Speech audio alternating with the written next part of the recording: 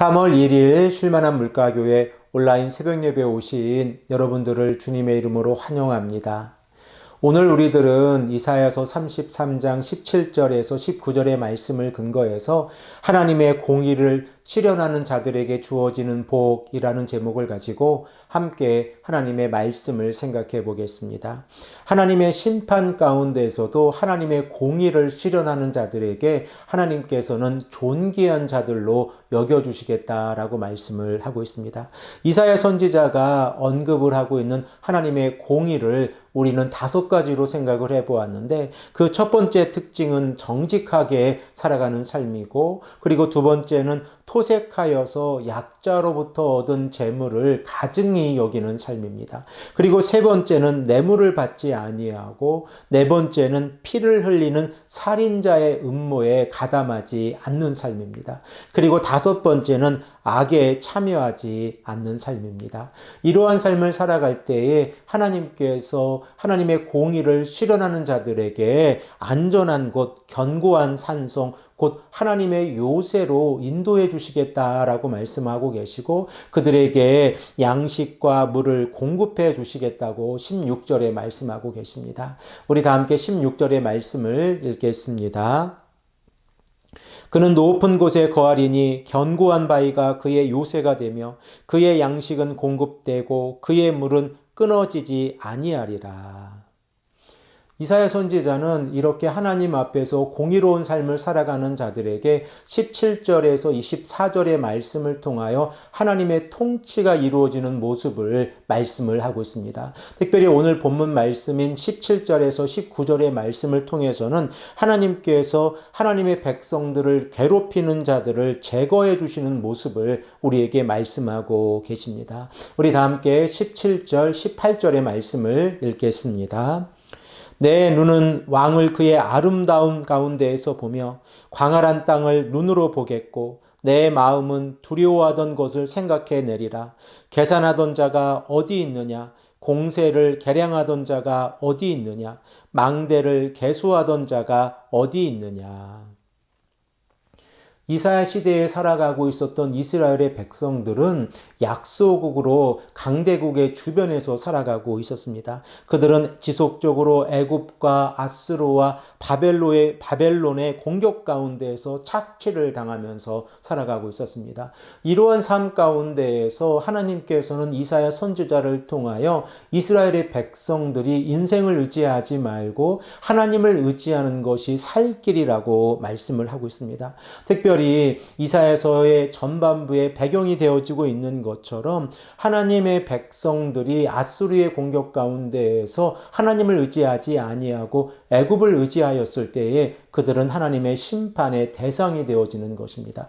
그러나 하나님의 백성들이 하나님의 공의를 실현하며 나아갈 때에 어떠한 모습이 일어납니까? 그들의 삶 가운데에서 하나님께서 원수를 제거해 주시는 모습이 일어나는 것입니다. 더 이상 이스라엘의 백성들은 조공을 바치지 않아도 되고, 그리고 이 주변 국가의 강대국으로부터의 폭력에 울지 않아도 되는 모습을 우리에게 말씀을 하고 있습니다. 그래서 17절에서 18절의 말씀을 다시 한번 우리가 생각을 해보면, 자신의 눈으로 장엄한 모습을 가지고 있는 이방인들의 왕과 광활한 땅을 바라보면서 과거에 겪었던 두려움으로 떨지 않아도 되는 모습이 이제 실현되어진다는 것입니다. 그리고 이러한 두려움은 세 가지 질문으로 바뀌게 되어지는데, 이사야 선지자는 18절의 말씀 가운데에서 계산하던 자, 곧 이 이방인들 가운데에서 이스라엘의 백성들을 감독하고 있었던 총독들, 그리고 공세를 계량하던 자, 세금을 거두고 있던 자들, 그리고 망대를 계수하던 자, 감시를 위해서 탑들을 관리하던 자들이 어디 있는가라고 질문을 하고 있습니다. 이사야 선지자는 19절의 말씀에서 이제 하나님께서 하나님의 백성들을 괴롭히는 자들을 몰아내셔서 그 결과가 어떻게 되어졌는지를 우리에게 말씀하고 있습니다. 우리 다 함께 19절의 말씀을 읽겠습니다. 내가 강포한 백성을 보지 아니하리라. 그 백성은 방언이 어려워 내가 알아듣지 못하며 말이 이상하여 내가 깨닫지 못하는 자리라.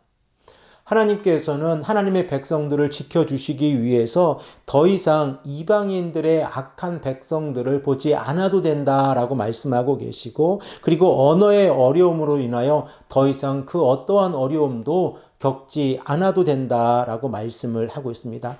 이러한 역사가 하나님의 통치 가운데서 이루어진다고 하면 이사야서 33장 15절에서 말씀하고 있는 것처럼 하나님의 공의가 실현되어졌을 때에 하나님께서 하나님의 통치를 이루어가는 모습을 우리들은 생각해 볼 수 있습니다. 실질적으로 하나님께서 하나님의 백성들의 삶 가운데에서 하나님의 백성들을 지켜주시는 모습을 우리들은 이사야서의 역사 가운데에서 생각해 볼 수 있는데, 히스기야 왕이 하나님을 전적으로 신뢰하며 나아갈 때에 비록 그들이 바벨론의 포로 가운데 살아가고 있었지만 구원을 받는 이러한 모습을 통하여 하나님께서 이방인들을 물리쳐 주시는 모습을 생각해 볼 수 있습니다. 사랑하는 성도 여러분, 현대를 살아가고 있는 우리들의 삶 가운데도 동일하지 않습니까? 우리가 말씀에 순종하고 하나님을 의지하며 나아간다고 하면 인생을 두려워하는 것이 아니라